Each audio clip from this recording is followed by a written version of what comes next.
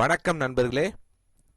8வது ஊதிய குழுவில் 5 பதவி உயர்வுகள் கேரண்டியா?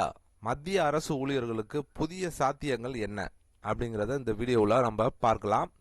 அதற்கு முன்னாடி நம்ம சேனலை இதுவரைக்கும் சப்ஸ்கிரைப் பண்ணலன்னா சப்ஸ்கிரைப் பண்ணி வச்சுக்கோங்க. அப்படியே பக்கத்தில் உள்ள பெல் பட்டனை மறக்காம பிரஸ் பண்ணிக்கோங்க. அப்பதான் நம்ம சேனல்ல இது போன்ற வீடியோக்கள் அப்லோட் செய்யும்போது உங்களுக்கு தொடர்ந்து கிடைக்கும். வாங்க வீடியோக்குள்ள போகலாம். புதுடில்லியில் நடைபெற்ற நேஷனல் கவுன்சில் JCM கூட்டத்தில் 8வது ஊதிய குழு தொடர்பாக சம்பளம், பதவி உயர்வு மற்றும் ஓய்வூதியம் குறித்து பல முக்கிய கோரிக்கைகள் முன்வைக்கப்பட்டன.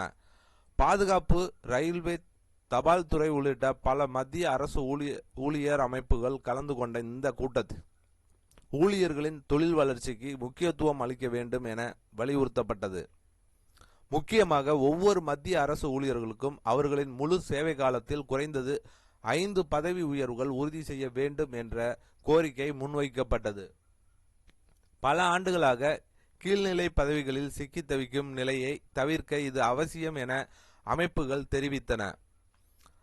அகில இந்திய பாதுகாப்பு ஊழியர் கூட்டமைப்பின் பொதுச் செயலாளர் ஸ்ரீகுமார் கூறுகையில், குறைந்தபட்ச அடிப்படை ஊதியம், பதவி உயர்வு கொள்கை மற்றும் வருடாந்திர ஊதிய உயர்வு உள்ளிட்ட அம்சங்களில் ஒருமித்த கருத்தை உருவாக்க முயற்சிகள் நடைபெற்று வருகின்றன என்றார்.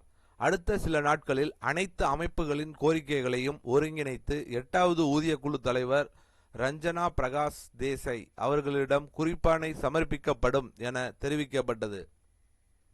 குடும்ப அலகு ஃபேமிலி யூனிட் தொடர்பான மாற்றமும் விவாதிக்கப்பட்டது. தற்போது சம்பள நிர்ணயத்தில் 3 குடும்ப அலகுகள் மட்டுமே கணக்கில் கொள்ளப்படுகின்றன. பெற்றோர்களையும் சேர்த்து இதை 5ஆக உயர்த்த வேண்டும் என்ற கோரிக்கை முன்வைக்கப்பட்டுள்ளது. அதிகரித்து வரும் பணவீக்கம் மற்றும் குடும்ப பொறுப்புகளை கருத்தில் கொண்டு இந்த மாற்றம் தேவையான வலியுறுத்தப்பட்டுள்ளது. ஊதிய ஏற்றத்தாழ்வு குறித்தும் கேள்விகள் எழுந்தன. தற்போது 7th சென்ட்ரல் பே கமிஷன் அடிப்படையில் அதிகபட்ச அடிப்படை ஊதியம் குறைந்தபட்ச ஊதியத்தை விட 13 மடங்கு அதிகமாக உள்ளது.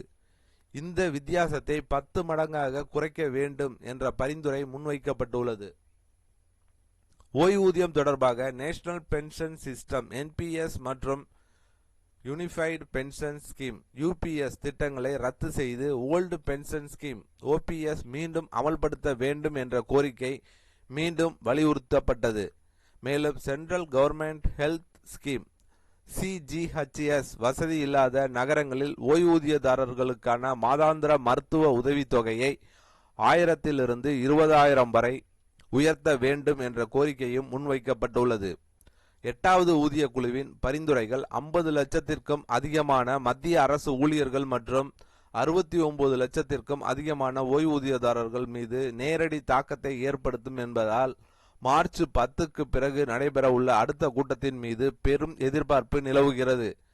5 பதவி உயர்வு உறுதி உள்ளிட்ட கோரிக்கைகள் ஏற்கப்படுமா என்பது குறித்து தெளிவு அடுத்தடுத்த ஆலோசனைகளில் வெளியாகும் என எதிர்பார்க்கப்படுகிறது. கண்டிப்பா அரசு ஊழியர்களுக்கு இது ஒரு பயனுள்ள தகவலா இருக்கும்னு நினைக்கிறேன். இந்த வீடியோ பிடித்திருந்தால் லைக் பண்ணுங்க, ஷேர் பண்ணுங்க. மீண்டும் இது போன்று வேற ஒரு வீடியோவில் சந்திப்போம்.